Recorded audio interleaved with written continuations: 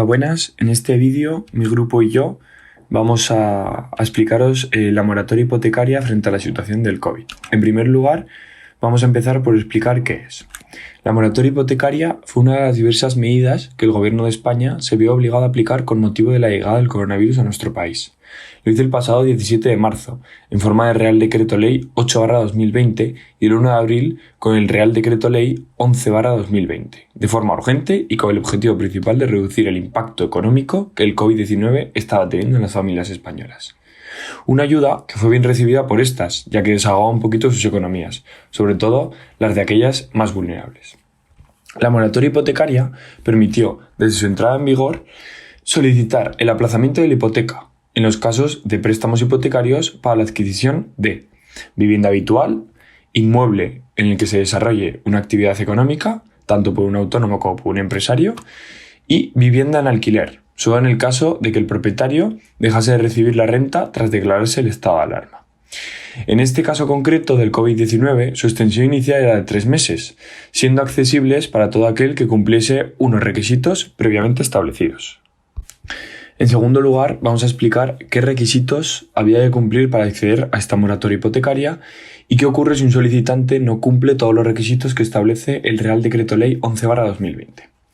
En cuanto a la primera cuestión, que qué requisitos hay que cumplir para acceder a ella, podían beneficiarse de esta moratoria hipotecaria aquellos que eran deudores de un préstamo hipotecario y, como bien se indicó en el BOE, padecían extraordinarias dificultades para atender su pago como consecuencia de la crisis sanitaria del coronavirus y cumplían con los requisitos establecidos en cada caso, según el Real Decreto.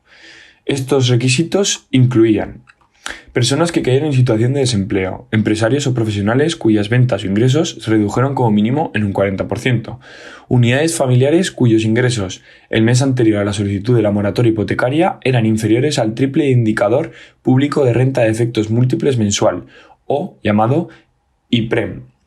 Siendo este, en 2020, de 537,84 euros, la cantidad a tener en cuenta sería de 1.613,52 euros, pudiendo esto aumentar en los siguientes casos.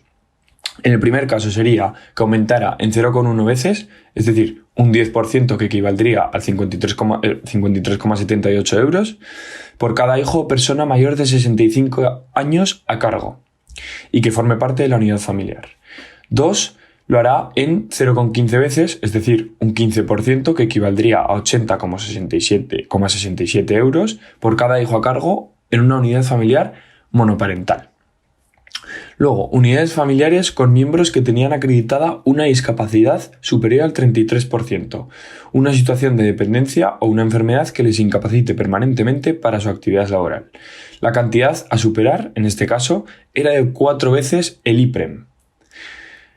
En tercer lugar, tenemos las unidades familiares en la que alguno de sus miembros sufrió una parálisis cerebral o alguna enfermedad mental, entre otros casos, debiendo superar 5 veces el IPREM para poder pedir la moratoria hipotecaria.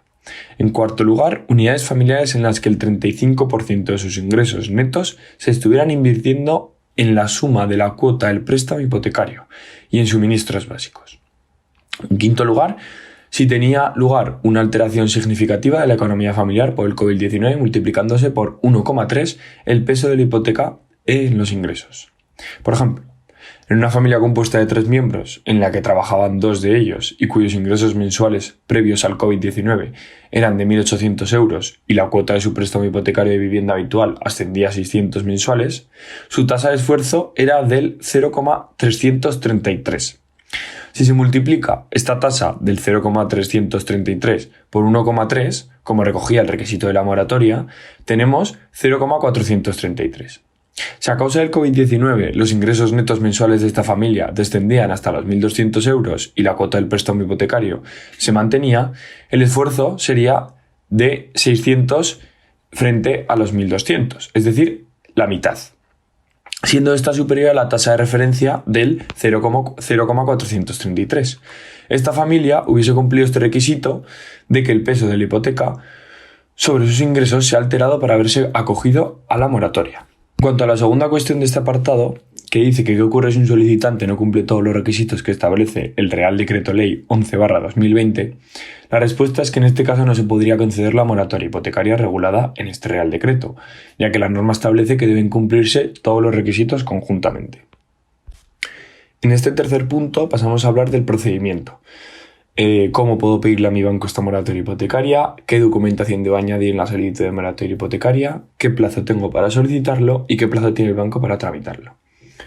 El primer paso para aquel que se encontrase en uno de los supuestos anteriores era realizar la solicitud de la moratoria hipotecaria. Para ello, debía contactar con su oficina o gestor de forma telefónica o mediante un correo electrónico.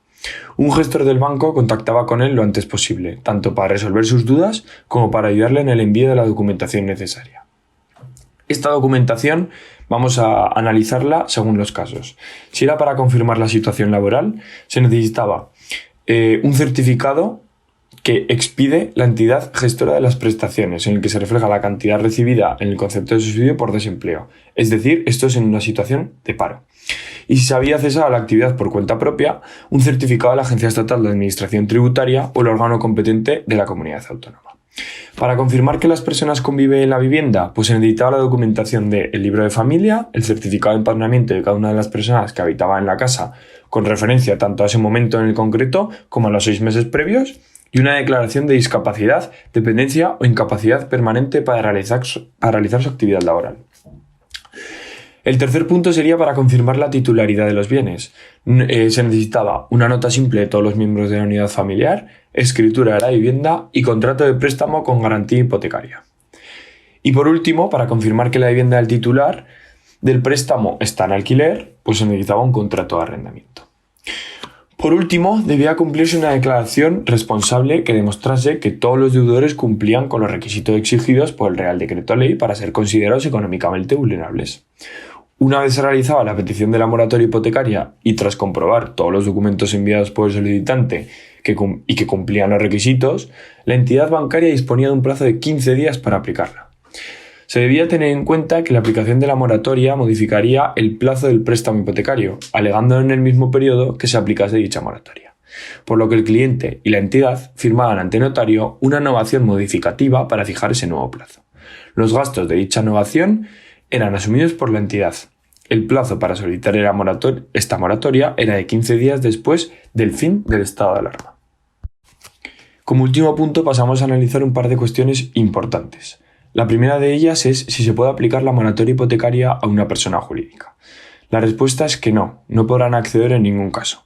¿Por qué? Porque la moratoria hipotecaria pretende ayudar a familias, a profesionales y autónomos, y las empresas además tienen habilitadas las líneas y coavales COVID-19. La última pregunta sería si una misma persona puede acogerse a la moratoria hipotecaria y también a la ayuda para la liquidez a través del préstamo con aval del ICO. Es posible. Pongámonos en la situación de que un autónomo profesional solicita la moratoria hipotecaria para su vivienda habitual, acreditando que cumple con todos los requisitos. Y además, se le permite beneficiarse de las líneas de financiación ICO para su actividad económica. Estas líneas fueron creadas para que autónomos, emprendedores y todo tipo de empresas, tanto españolas como extranjeras, que deseen llevar a cabo actividades o inversiones para cubrir sus necesidades de liquidez o gastos dentro del territorio nacional, lo que implica que hacer uso de ambas no es incompatible. No obstante, en el caso de un trabajador por cuenta ajena, solo puede acogerse a la moratoria y nunca a la financiación, líneas y coavales.